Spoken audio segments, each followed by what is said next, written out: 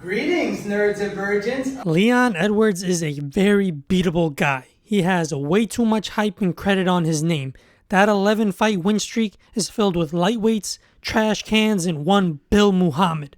I think that was his name. This is how Colby Covington is gonna beat him. Leon is a basics fighter, as in he fights using the fundamentals. He puts together combos with feints and jabs and mixes in leg kicks and takedowns. Nothing wrong with it, but he's average. In every single facet of MMA, he is just plain. Striking, average. Grappling, average. Hell, even his trash talk is average. He has his moments, but when it boils down, nothing really stands out about the guy. Now, the key to Colby beating him will be pressure and stamina, which, surprise, surprise, Colby has both. Surprise, surprise! I'm not gonna lie to you fine people. The stats favor Edwards. He's the taller, thicker fighter with a 2-inch reach advantage over Colby. He's been more active, with the last time Colby fighting being a couple months shy of 2 years. That is a long time out the octagon, and I don't care what anyone says, ring rust is a thing. His last fight was what? Against the washed up, fresh off a nasty KO gatekeeper Masvidal, and before that he lost to Usman. I don't even know how Colby is getting a title shot, to be honest. Is there nobody else in the welterweight division? Somebody with like a 9-fight win streak and literally had a no contest with the current champion? I guess not. God bless Dana White privilege. Colby also just hit that 35 years of age where father time starts sneaking up on people. The odds are in Leon Edwards' favor. No ifs, ands, or buts about it. But because he's boring, I'm just going to go ahead and dive in on how Colby becomes champion. Plus, I'd much rather Colby win the belt. Leon Edwards is as boring as a champion can get. Trash on the mic, no DUIs, no steroid allegations, and the guy hasn't even punched an old man at a pub.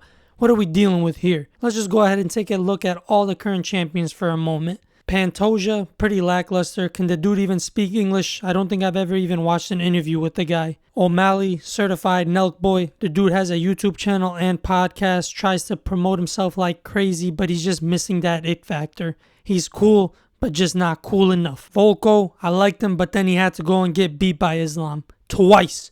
He's got a cooking channel and his food seems alright. Islam Makhachev. Honestly, I'm so tired of these Dagestanis. Like, all respect to them, their grappling is off the charts, but they're like robots coming from a factory. Beard, check. No mustache, check. Maxed out wrestling, check. Alright, send him out. Leon Average Edwards, average. Sean Strickland, a great recent addition, dude's hilarious. He immediately jumped on that Ian Gary situation and roasted him alive.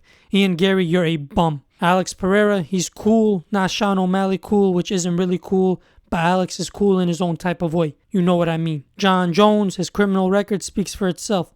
I'm sure he's cooking up another charge as he's healing from that pec tear. Just gotta wait till it gets released in the media. And that's it for all the champions in the UFC. There are no other champions. First, we need to take a look at what Colby brings to the table. A MAGA hat escorts an undying patriotism for his country. Colby for president, 2024. Trump International, it's an honor to have him, but that's going to be a great fight, and I'll be there.